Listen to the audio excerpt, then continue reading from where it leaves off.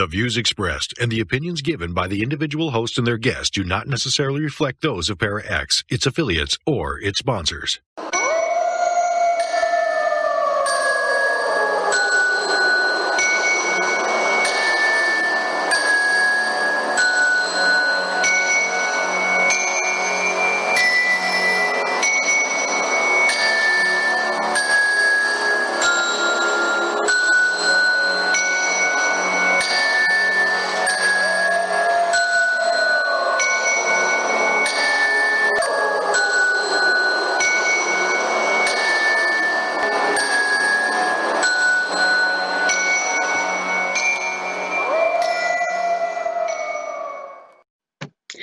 Good evening, everyone, and welcome to Illuminating the Paranormal, opening your mind to the possibility.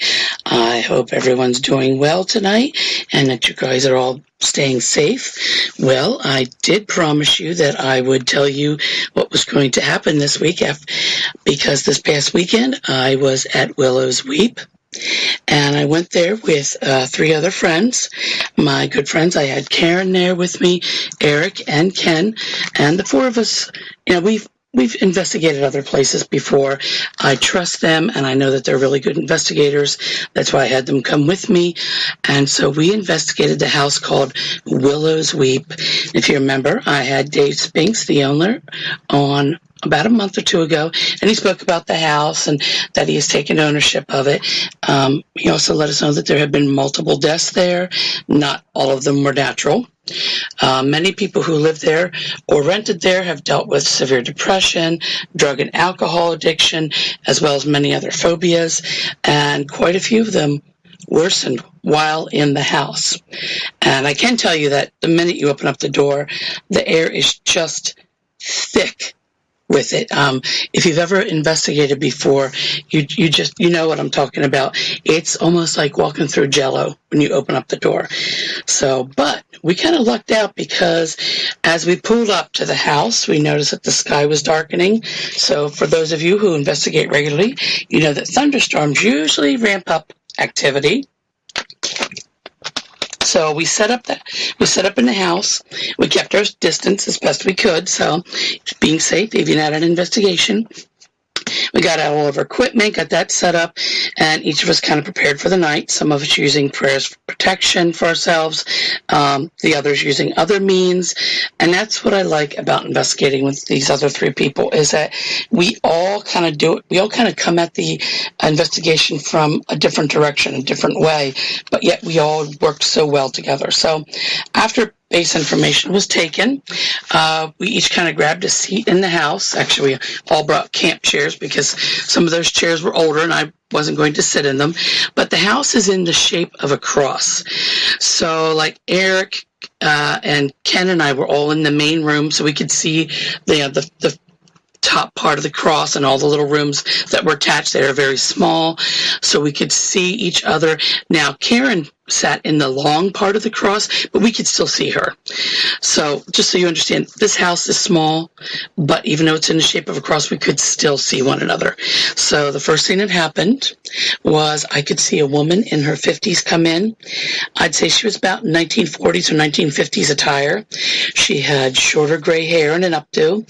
She comes right over to me and right in my face, she says, "Oh, big mistake. Being here, big mistake." And then she just kind of retreated into one of the smaller rooms that were one of the arms of the cross. Before I could even tell the others what I'm seeing, both Karen and Eric, they're like, "Is someone here?" I'm like, "Yeah." So I told them that we're not alone. I told them what I saw. Of course, everybody starts getting EVP ready and getting their equipment on. Eric picked up on the lady right away too, but he couldn't see her. Shortly thereafter, Eric and I, who were closer to one another, we were closer to where that woman was, actually. And we both felt as though someone was pushing on our shoulders, or like trying to hold us down or push us down further in our chairs. We both spoke up at the same time and said what we were feeling. We were both surprised that the other one was feeling the same thing. And then within minutes of saying that, we both slapped at our necks at the exact same spot, the exact same time, because we both felt a very hard, sharp pinch at our neck, like right where it attaches to your shoulders. Other than like a really slight redness, which disappeared like really quick. So even getting the camera up, it was too late already. But the redness was gone. There was actually no other physical contact the rest of the night. The two most prominent answers we got when asking questions came from the SB7. We asked quite a few questions, but the two that were very, very clear were, how many people died in this house? 8. And it was a very deep man's voice. And then with the other question that we got a really big answer on was, do you want us to be here? And this was a woman going, no. So that was good and creepy, but other questions may have been answered, but unfortunately, both Ken and Karen were actually were actually had their equipment out and recording the EVP session. And Karen is going through her stuff. Ken, when we got to the very end of the night, he went back to where it was to make sure he could hear some of it.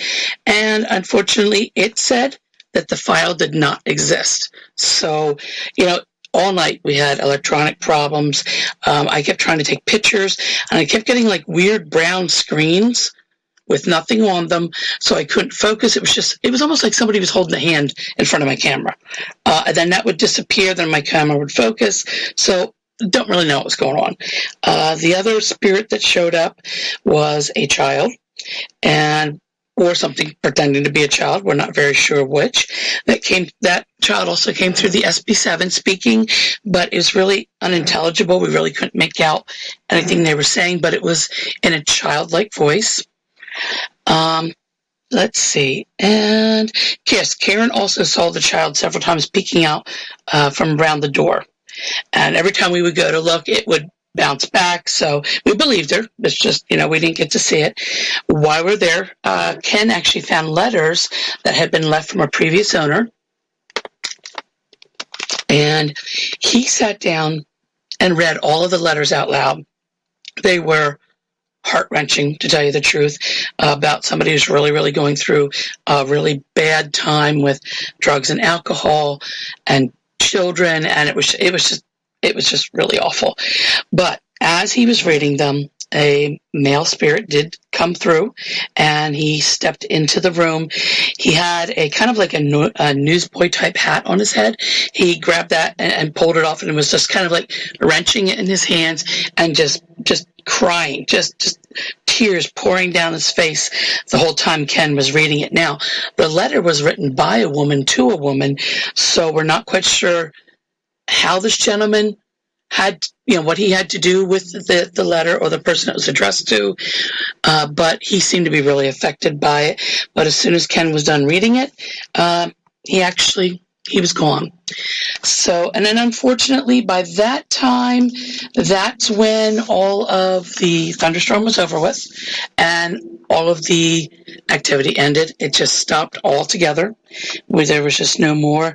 And it sometimes happens that way, where you have a thunderstorm, you get great activity, and then the thunderstorm ends, and all the activity is just gone and done. It's like there's just no more energy for it. So crazy, just really kind of crazy. So, but I have with me tonight a good friend, and this person, well, let me tell you about Mary.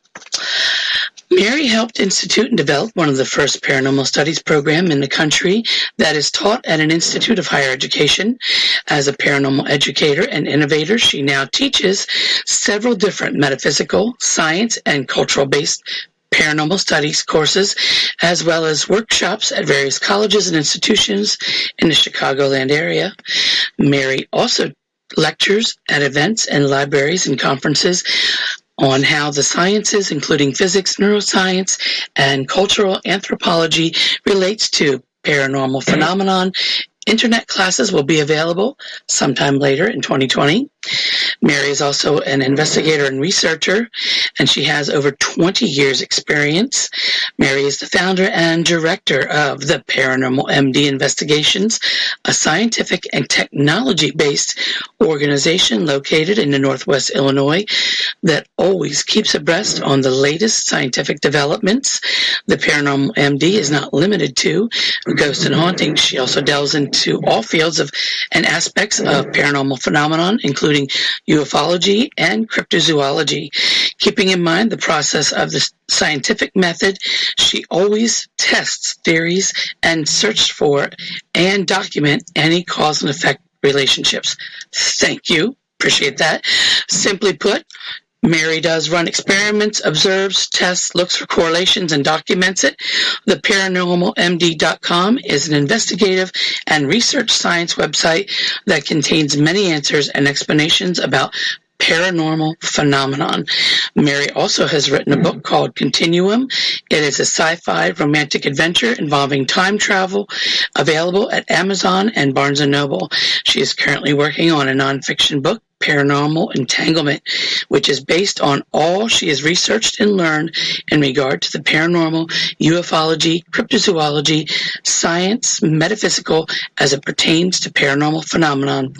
As a radio personality, Mary produced and hosted her own talk radio show titled The Paranormal MD, which is available as a radio podcast via the Paranormal MD radio website. It's on the YouTube channel, iTunes, and Stitcher. In the past, Mary has guest hosted or co-hosted a few different radio shows other than her own. Her break into radio was as a co-host on a paranormal talk show at WLIP, an AM/FM radio station. She is frequently a guest interview on others' radio shows like Darkness Radio, and you can listen to her on different podcasts, but you can find them at theparanormalradio.com. Mary has appeared as a guest on Quest, a PBS talk show, Dark Coffin Classics, Psychobabble, All Fired Up, Haunting History, and in the documentary on the Wisconsin Bigfoot, Finding Jay, as well as been featured on TV news stations and newspapers. Mary is a natural intuitive and empath. Her psychic medium abilities have been with her since the beginning.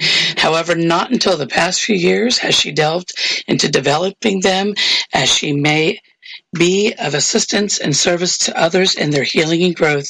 Mary currently uses her mediumship when leading public paranormal investigation at events and giving intuitive medium reads to help private clients too.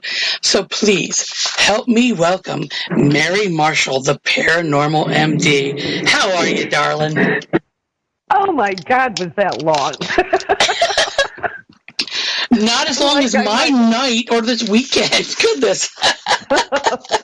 And apparently it's been a while since I've had to sit and I was listening to it, and I'm like, oh my gosh, is that really still in there? So I went and I'm just pulling up my bio on my laptop, and I'm like, oh, I got to fix that. That's not there. That because it was like the one where like available. I'm like, I am doing classes now. Oh, I got to change that. I'm doing the internet classes already, and then something else. Oh, the radio website. I actually let the website lapse this year, and now it's only available on YouTube. But anyway, It was just certain things I was like, oh my gosh, I better look at that file. Do you know I've heard that at least 3 or 4 times in the past 2 months. So you're not the only one. We all do it. So it is a job sometimes just with social media. As the years have gone on, and it's just expanded and expounded, and and so on. Just so many and little things that you forget to cover. It's like, oh, I didn't update the website. Oh, I didn't update. You have to do the social Facebook or this or that, whatever. And get kind of lazy, I guess, with it sometimes. But, we all do. I'm doing well. How are you doing? I'm doing really well. Like I said, I'm just so excited because other than the 2 or 3 times I've been out to get groceries, I left my house. I was so excited. I stayed in a hotel overnight. Woo! Actually got out. Woo! That would have freaked me out, the hotel. Honestly, it was very good. The investigation. I think the hotel, because I wouldn't trust them. I would go in with my own wife. Be wiping everything down. Well, I went in there. I wore my mask in to sign in. I wore my mask into the room and then just untied the top. And as Karen was taking her stuff out, I'm walking around with antibacterial spray. She's like, "Really?" I'm like, "Yes, everything. My whole bed, the bathroom, it's everything. Everything's getting wiped out." Yeah. See, well, this is going to make me the bigger, like, germaphobe freak over this. Is when I go into the office, there's they're building, so they're essentially public washrooms. Mm-hmm. And as we know from reading in the past, they're like the dirtiest places to begin with. So I don't trust, so I bring wipes into work, like a Clorox wipe or something. I have in my little baggie, and I go in, because here is to me like a warning zone. You will go into the stall. What do you have to do? You have to lock it. Think about all the people, for the girls, not the guys, but the girls. You you are now, using the washroom and standing up and having to unlock it before you even wash your hands. Mm-hmm. And I was like, as if that wasn't something that really freaked me out before, but now I'm like, so I have my wipe. I take it there. I lock the door until I can get to the sink and wash my hands, and then I take the paper towel, and as I'm drying it, open the door with the paper towel, and then get out of there, Yeah. I had a friend. She was actually the director of the group, ghost hunting group I was with years ago. This woman, she had literally 2 or 3 little bottles of antibacterial gel on her. She was like a 6-gun shooter. She'd whip that thing out. She'd be wiping things down. We'd be walking down a banister in an older home, and we'd be at the bottom. It would be like preschool. We'd all have our hands out, and she'd be putting antibacterial on our hands. We teased her, but I look at myself now, I'm like, oh man, I think I'm exactly like she is now. I literally, it's like in a holster on your belt. Got it. Shh, done. So. I know, and I think everybody, we have to be. If you, especially, because I think, I'm a high risk, and you have to do certain things just to protect yourself now, as well as other people. Yeah. And so I didn't used to be like this, but and I hope, once, we can get through this one and get back to more normal sicknesses, I probably will just go back to normal again. But now that I will tell you this, now though that I've thought about that inside lock on the bathroom stall, that does disturb me. I think that's going to stay with me. If you think about it, everybody who goes, right? Yeah. And then you stand up and then they test that. I'm like, oh my God, that has to be like disease infested. So you got to unlock the door and run like crazy for the sink, and Oh, woman. We'll just set that aside for now. That's off to the side. We'll put all the crazy germaphobe stuff aside. So you teach paranormal studies program. How did you get started and all that? How did that come about? The whole, really, from where I started on all of this to where I've landed up at, none of it was a plan. It just sort of came along, as things developed and you just let, and I kind of do that in general. Well, what's the universe going to throw at me today, And so I think with the classes, I had belonged to a couple other groups initially around 2000s. Okay. And then I just was, because at first, back then it was not easy. It wasn't like it is now. I remember one of the first, because the internet wasn't like it is. You know what I mean? Mm-hmm. And so I think there was like one of those, it was like still like people were just starting to do the MySpace thing, and and there was this one paranormal like social network thing or something, and I was trying to find a group that was local. That's how hard it was to actually find. and I wanted to see what people were doing. And as I got more involved, and then with another, and then I just was like, I didn't like what they were doing. I'm too analytical, logical kind of minded person, and I just couldn't take things as it just wasn't enough. I wanted more controls. I wanted more really understanding it. People were at that point still weren't even understanding. We're just starting to learn how to use, like Audacity, I think was the thing back then, Right. Mm-hmm. It was just so much that was just so many holes and things. And so as I went out on my own, I really looked at it because one of my career backgrounds is as a paralegal. So I looked at things like, would this stand up in a court of law?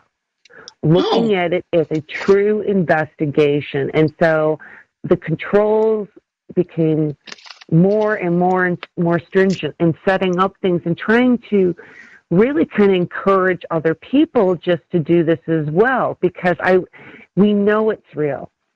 And at that point in time, this is 15, 20 years ago, people were just starting to have those conversations that they have now. Mm-hmm. And so I looked at things and I said, okay, if you're going to do an investigation, you put an audio recorder. I know it's an EVP, the people who I'm with, but how do I present that? How does that stand up to scrutiny to someone else? Okay, so what it became for me became part of my setup, if you will. Your cameras are synced and your audio is synced. The cameras, there's always a wide shot of the room so that you have any entrance or exit or entrance into the room covered. Okay. And your audio recorder and I use room recorders as well as on body, is inside of that camera. So that if an EVP is had and someone's questioning the validity of it, how do I know somebody didn't come in there and leave that, whisper into the recorder? Well, as a matter of fact, I can show you now. No one did. Okay. And, that kind of thing. So then that started but then I really started to get into the sciences. And that, again, was kind of a progression because there were getting to be, as time went on, more groups and more people doing it. And all of the, I always call them this, the pay and play, but all the haunted locations started realizing, we can make money if we say we're haunted. Nobody wanted to say that, before. I was getting less and less home cases. I think for the first, I don't even know, 10 years, that's all you did was home cases. Yeah. And, because there was a handful of places across the country that were like more haunted tour, where you could go to investigate. And so when when some of those things came out, I started to change. It wasn't as much about helping people anymore when you're going to them. So now it started to change of, okay, we know this is happening. We're running around in circles. How is it happening? And so that started me doing in all seriousness, studying physics, zoning in on quantum physics, having to do particularly looking at the subatomic particles. There's right now ones that are of interest in anion or something because of the mass, things that can pass through other things. Looking at those or the neurology of the brain. Are people really seeing what they're seeing? What could trick our brain? So basically setting up a whole, it just grew and grew. And probably one of the best things that ever happened to me is one of the first classes I ever taught was a ghost and spirit entities class. It was more kind of a combo, but it was with a cultural anthropologist over at Harvard College in my area. Oh. And that was a lesson. It was interesting. I was teaching him the paranormal, but I really started to see, as he was doing portions of it presenting, how, at that point in time, how undervalued culture was in paranormal field. Meaning that, in its simplest terms, culture is what a group of people know and do. We make culture. Culture makes us. It's everything. It's your beliefs, your morals, your values, or why you behave the way you behave. Well, if we want to understand the entities, we really need to look at their culture. What would their motivation be? What might this, so this is the whole process, and it just sort of started and just kept growing. And at the time when we were doing it, there was one other place, I think, at the time that had just maybe had one class going that was, I think, in Texas. I want to guess this is so many years ago now. But other than that, no one was doing it. So it's one of those things, I think, in a tiny little way, I'm kind of proud that I actually, it's old news now, but, accomplished that. Yeah.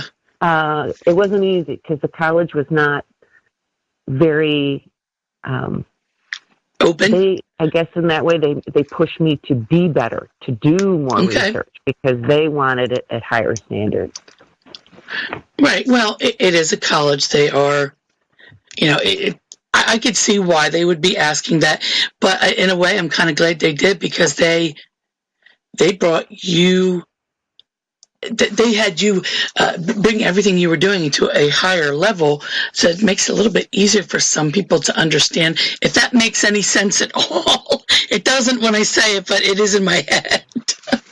Well, it was a lesson learning for me over too, because of at first year, I think I went in with so much material and honestly, I mean, to criticize myself, and it's like kind of like the big words and the this and the, and it's like, no, stop, and then it's like you start to learn, pull this out, not necessary, bring this down. You want people to come on board and understand, then talk to them how I had to learn it in the same simpler terms. So a lot of times I will throw out this is the proper whatever, but it's really not important. This is what the takeaway is, from it. So it's a learning for all of us. And really, I think, too, the goal is to save people, the 101 ways I did something wrong. Or to broaden their perspectives on, activity and what that means or could be, and so on. So it's been an interesting ride.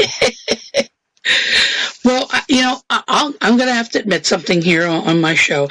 I am really technologically challenged, which is why the other people I investigate with are all very much up on the newest ghost hunting toys out there.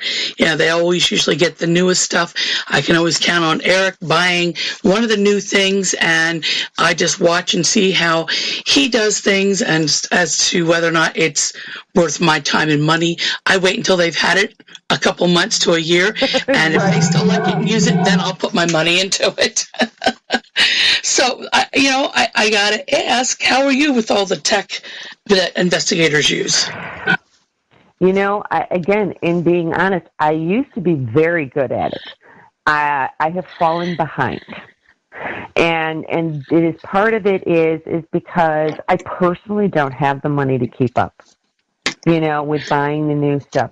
So there are things, what I will do is I'll kind of read and talk to people. I want to know how something works. I have two friends that are electrical engineers. And it's really weird, because it's like the one who's like, oh, I love talking to you because I totally understand everything he's talking about. But it's sort of like being an artist, a painter. My brain, or eye to hand coordination, my brain to hand, if you told me like I could never put something together, like I don't understand any of that. But the principle behind it, meaning like oh, you're doing this to interrupt the wave for this purpose. And I would, because I would go to them and I'd say, like, which they are doing now. I would go to some of the engineer people and say, okay, we keep in this field trying to find ways to better hear the other siders, to interpret what they're saying with equipment.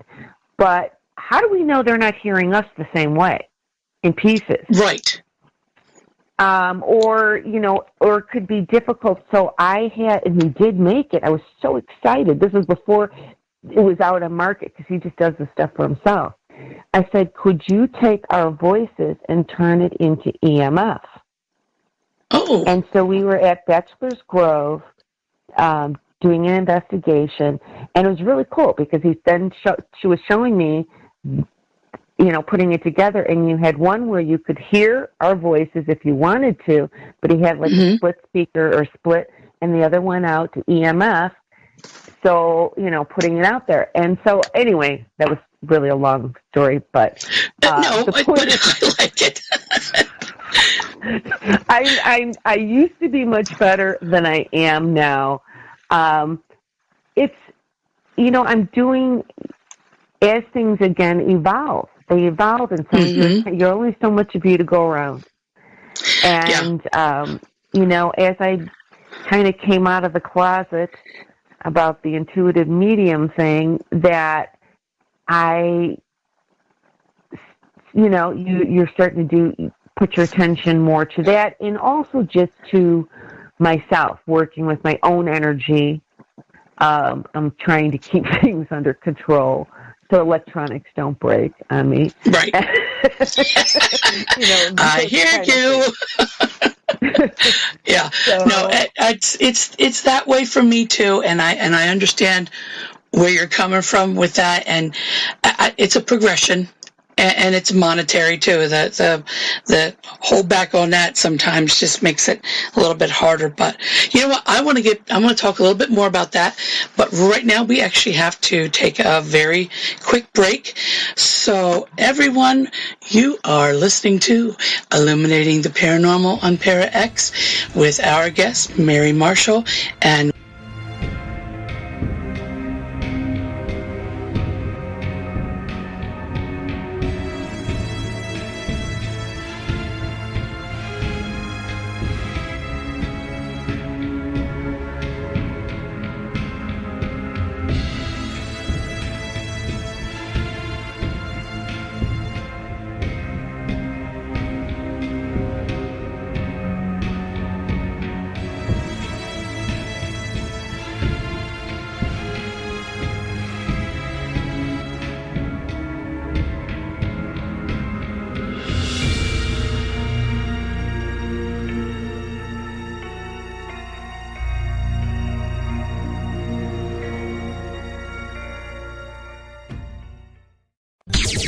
your source for everything paranormal.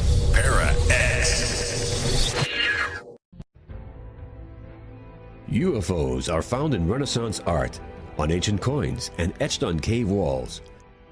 They are even reported in the Bible.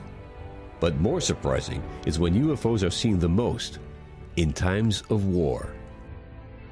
Through centuries, thousands of UFO sightings have been made by high-ranking officials, military pilots, and ordinary soldiers. Often, these fantastic appearances occur at the height of great battles. From World War I to D-Day, to Korea, Vietnam, and beyond, military investigators are baffled. Why do UFO sightings spike so drastically during wartime? Could it be mistaken aircraft, or is someone, or something, looking in on us? In UFOs in Wartime, What They Didn't Want You to Know, Mac Maloney chronicles centuries of these incredible sightings and tries to solve the puzzle of why so many UFOs are seen while humanity is at war. Read about the scare ships, the ghost planes, and the ghost rockets, alien giants in the jungles of Vietnam, UFOs controlling our ICBM bases, dogfights with flying saucers during the Gulf War, and more. 300 pages of unbelievable stories, along with many startling photographs. That's UFOs in Wartime, What They Didn't Want You to Know, by Mac Maloney. On sale at your local bookstore or on Amazon.com.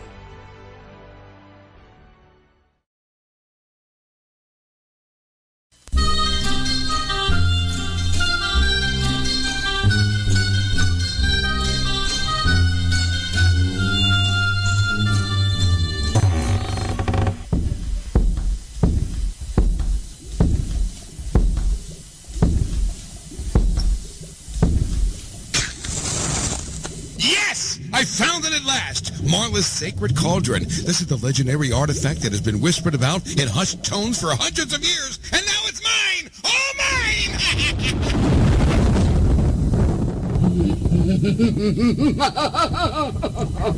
Who dares defile the sanctity of my castle walls? Step away from the cauldron, you impertinent, muddy-metaled maltworm. Never! I've spent half my lifetime trying to discover your age-old secret of stirring the cauldron. Oh, for Merlin's sake, that's no deep, dark secret. Just tune into the Para X Radio Network Thursday nights at 9 o'clock Eastern for more cauldron stirring than you can shake a wand at.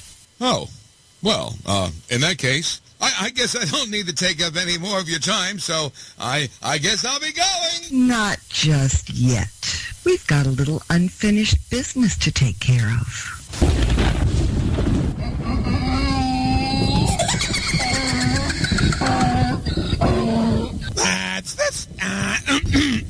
That's Stirring the Cauldron with Marla Brooks every Thursday night at 9 p.m. Eastern on the Para X Radio Network. And welcome back, everyone, to Illuminating the Paranormal. My name is Tina Marie, and our guest tonight is Mary Marshall. And I have to say this really quick before I forget, Mary. Sorry, I'm going to interrupt you here for a second. When I went to Willow's Weep, there was actually another group that was coming in later on after we were done, but they had come in early just to kind of take pictures before it got dark.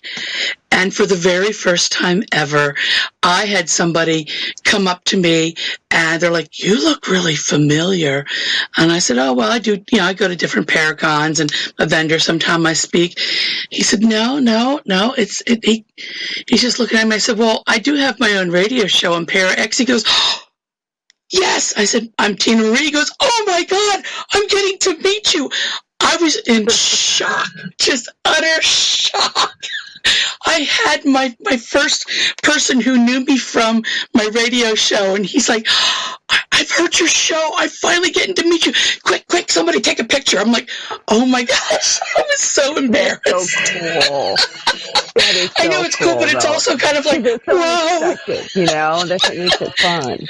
Yes. Wow. So yeah, I had my first one. I was happy, excited, all the above.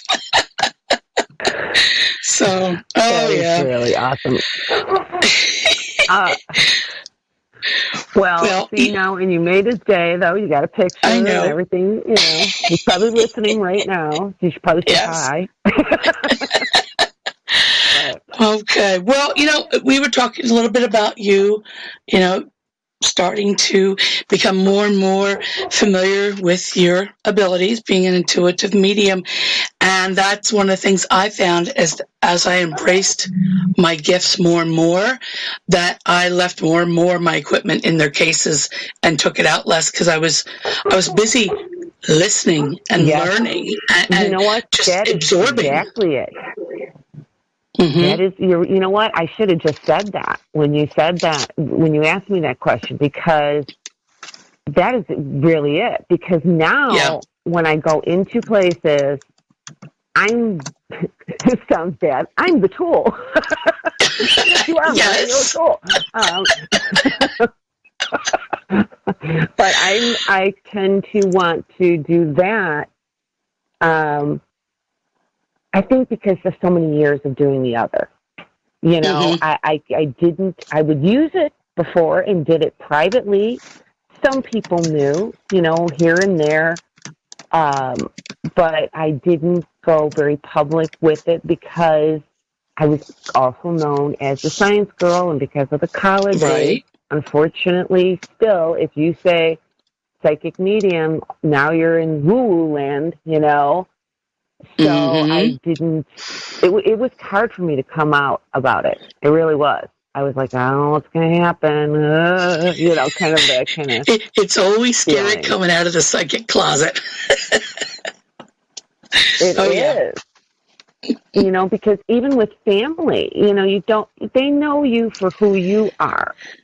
And, it's interesting because and I'll have to tell you, it was really, though, one of the nicest feelings. Now, I have a daughter. My daughter was known through the years. Once in a while, I'd say something, but I never put any big thing into it, if you will. But when we'd be like in someplace like, did you see your mom, or something. And, but then after, when I really did come out about it, she had a friend from college that, and it actually turned out to be one of her teachers, and I didn't even know that. But she was on her way home. She'd gone there for something, and she says, can you do a read? I said, yes, send me a picture. And she says, well, I figured, well, my mom, she's really never done this. She just was like, okay, yeah, Mom, sure, And I gave her all these, the guy was great. He came through and he told me bunches of stuff, really detailed, related.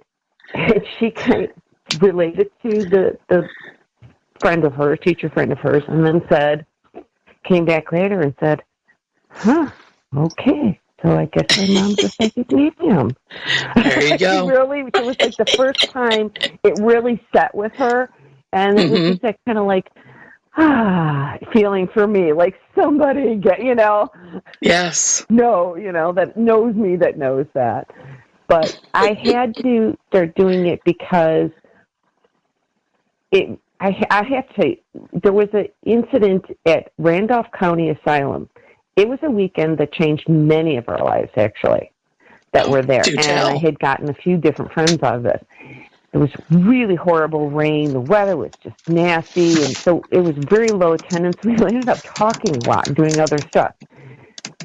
I was filling in for somebody who didn't show up and said, was trying to help them out because they had like a dead spot. And I said, hey, I could get some of the psychic mediums here and just interview them for you. Oh, would you? That'd be great.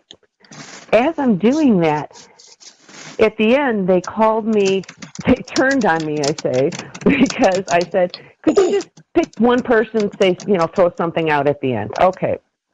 They turned and said, no, we think you should do it. What? And I'm getting all, well, I can't do this, because I'm not real. No. Well, as it turned out, I said, well, if you turn the cameras off, I will, because I was doing Facebook Live. And I turned it off, went to this lady. That experience changed the course for me, because I went in, said a few blah, blah, blah things, and then I have this tendency to pull out right away, to pull like, okay, I don't know. Like, I don't know what I'm doing. Kind of just very insecure. And I went to go have a cigarette. She came and found me and asked me a specific question about something I said. And then I said, my first knee-jerk, because I just didn't want to take the it sounds weird, but I didn't want to take the responsibility. These are people's lives, their emotions. You know what I mean? It's a real heavy responsibility. And so I said, oh, I don't know. And then I turned and I looked in her eyes and I was like, It turned out to be some pretty serious abusive situations for her. And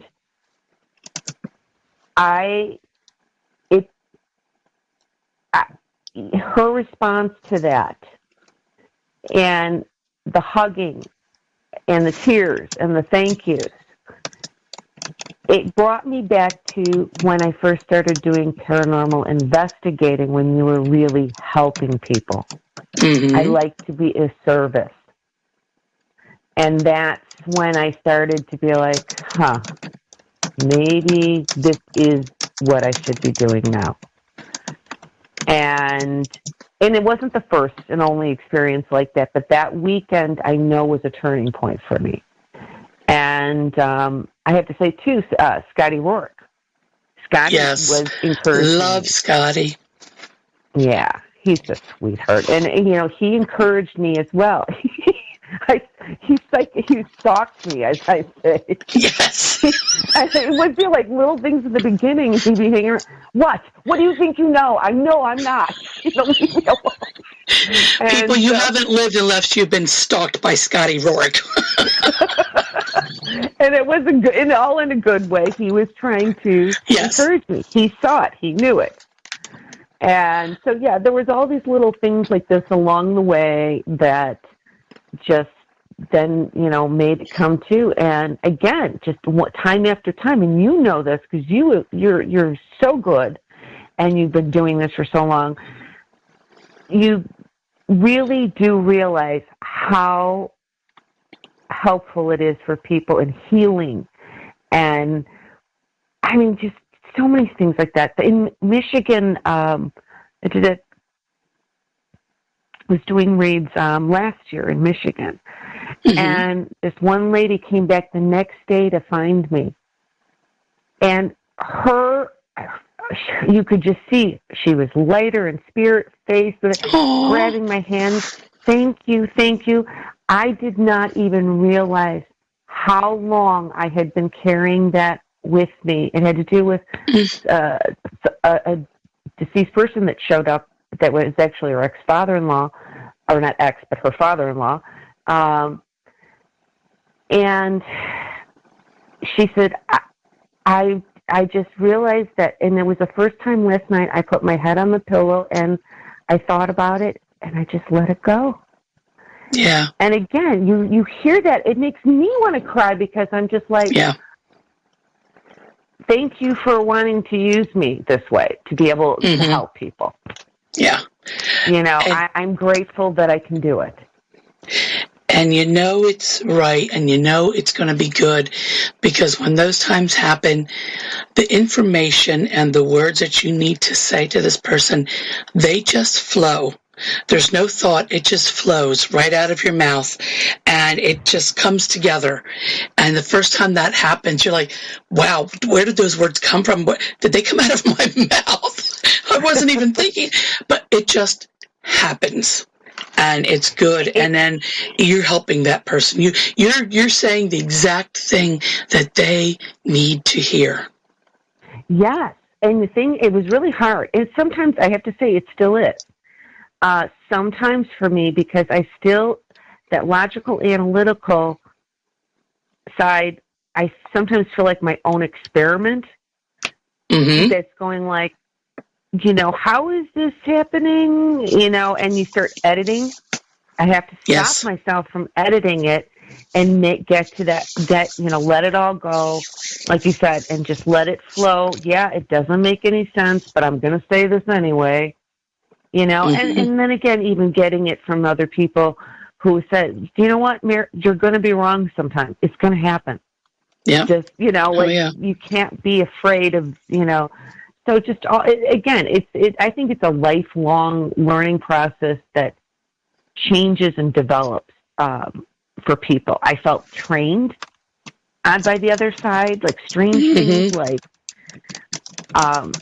one of my not one of my strengths was I would land up, and I always say it this way rather than using the terminology to people listening who may not know.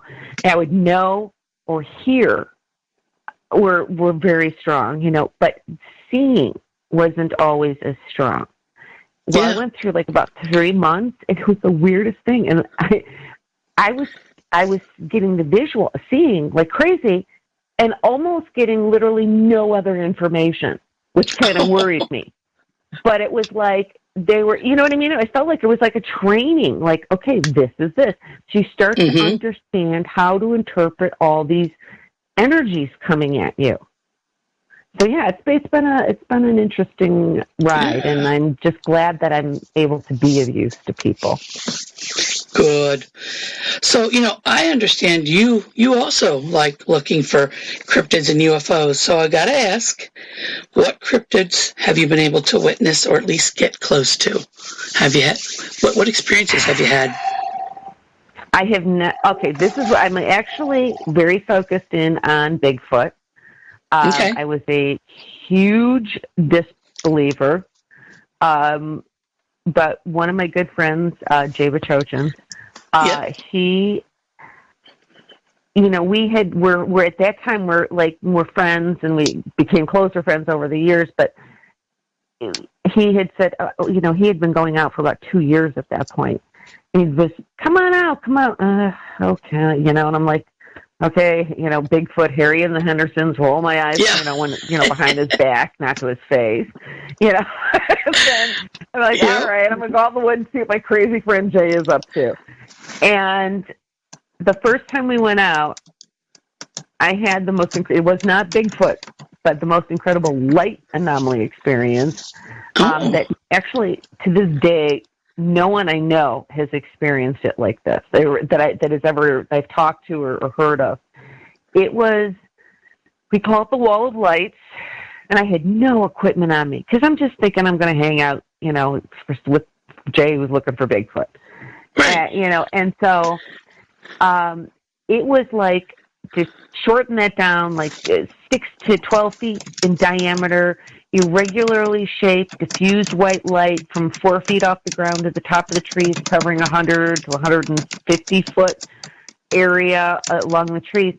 And this would flash, this light flashed and pulsed, sometimes multiple, maybe one here, one there.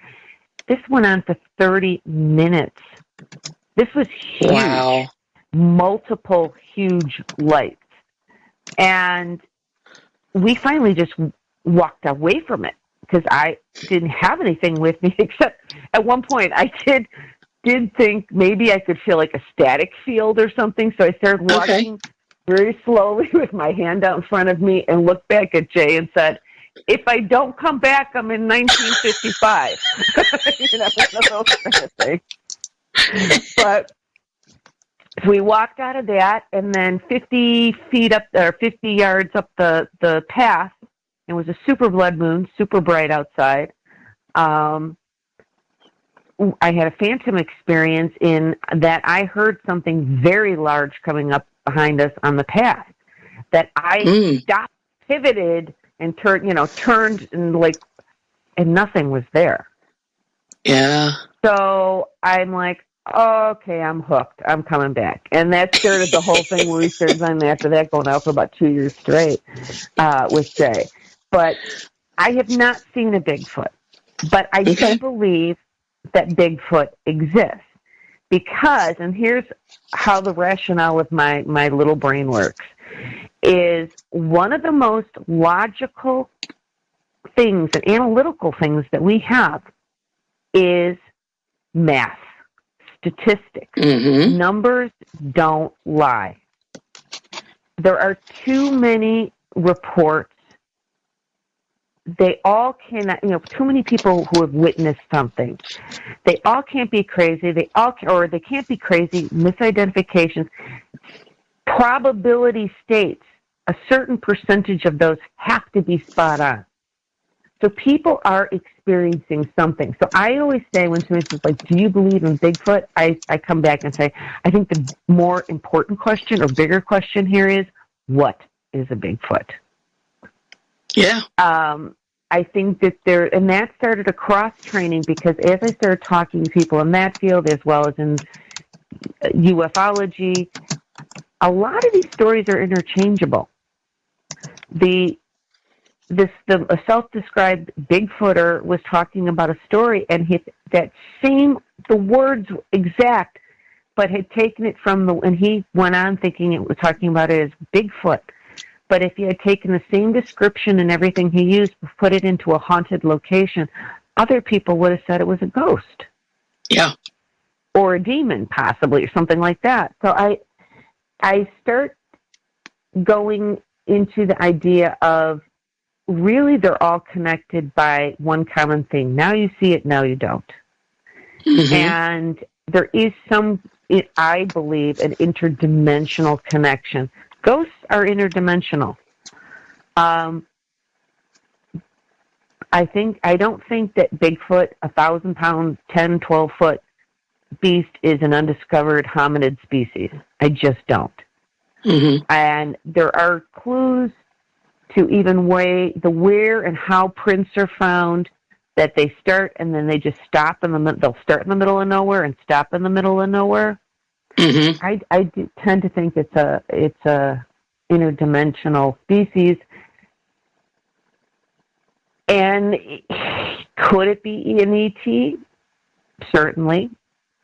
Could it be Well, the other thing I'm also getting is if you look at it from a parapsychological point of view, people in the UK compared to here in the States, the precedence of them seeing fairies and gnomes and other types of elementals is tenfold to what it is here in the States. Why is that? Mm-hmm. Is it just that they decide they want to be there more? Or is it our perception, going back to culture, our beliefs, on how we're perceiving the energy? Oh, I like that. I don't know. Not always. I mean, I think sometimes ghosts can project themselves and certain things can project themselves as they are. But sometimes it might be tapping into our own minds. Mm-hmm. And that's what our level of understanding is and what we're going to see. Right. I don't know. It gets very... It does, but you know what? I like this train of thought, because one of the things I did want to ask you was, there are a lot of people that I am hearing more and more that are saying that, as ghost hunters, they're running into UFO people running into cryptid people running into ghost people. We're all running into each other in the same areas. So, this is another train of thought or another answer towards why and what. So and not I don't even think who, it's always one thing either. Mm-hmm. Like, it could be multiple. Like, if you looked at shadow people, initially we thought, it's ghosts that cannot manifest into a full-bodied apparition, or it's demonic. Mm-hmm. Or could they be watchers, where we're getting into more of an ET thing? It could, maybe it's all of those. Yeah. You know what I'm saying? So I think it's a disservice if we say, it's just this. I think there might be multiple causes and sources for phenomena that looks very similar. Yeah. There was a description out at because I do a lot at the Kettle Moraine up in Wisconsin out there, and of this kind of more boxy, darkish figure that was going from tree to tree very fast that was being associated with Bigfoot. I don't think it was Bigfoot. I think it was a shadow person. But that's why we all kind of need to get out of our groove of saying, I'm a Bigfoot researcher. I'm I'm a parent, it's synonymous with ghosts and stuff now, but paranormal investigator. I'm a ufologist. Because if we just go out there and say, I'm open to whatever is anomalous. Right. And not try good. to put you know what I mean? Put it into a peg in a hole right away. Yeah. Because you'd be very surprised. Yep.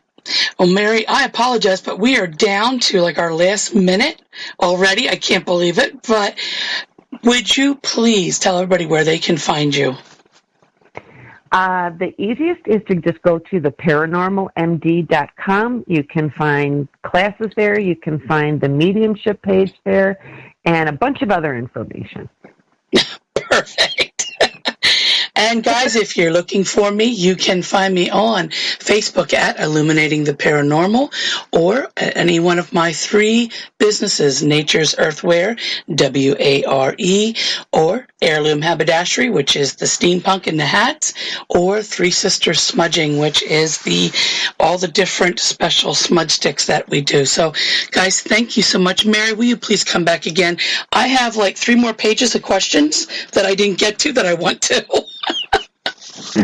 So, yes, please come back. I'll try to talk less next time. No, please. Talk more. All right, guys, love you all. Have a good night, and we will see you next week.